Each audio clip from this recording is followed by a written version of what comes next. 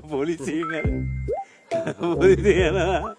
ඉතින් අපිට අවුලක් නෑනේ. අපි ගාව නීති විරෝධී මොකද නෙමෙයි තියෙන්නේ.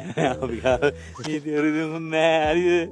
හැබැයි සුනිලයි කියන්නේ පොලිසියෙන් ආවොත් පණිවිඩය කියන්නේ කියලා. සුනිල් අයියා වචනයක් කිව්වොත් ඒක ආගලන්න බෑනේ අපිට. එන පණිවිඩය කියුනේ.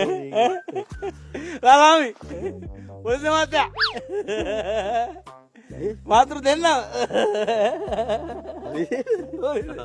එන්නකෝ රංගා මොකද අම්සර දෙන්න මොකද මෙතන ගන්නනේ අපි මොකද කරන්නේ හරිද හැබැයි සුනිල් අයියා මෙතන පල්ලෑ සෙට් එකත් එක පුරු ගන්නවා හරිද සුනිල් අයියා කිව්වා පොලිසියෙන් ආවොත් පණිවිඩය කියන්න කියලා දැන් පොලිසියෙන් ආවොත් මෙතන පණිවිඩය කියන්න කියලා කියලා බාක් සැකන්න නතු රසනායක උන්ගේ බැල්ලෙන් අල්ලගමු බැල්ලෙන් මං කියන්නේ මේනේ රත්නායක අතරින් යල්ලන්න යන්කෝ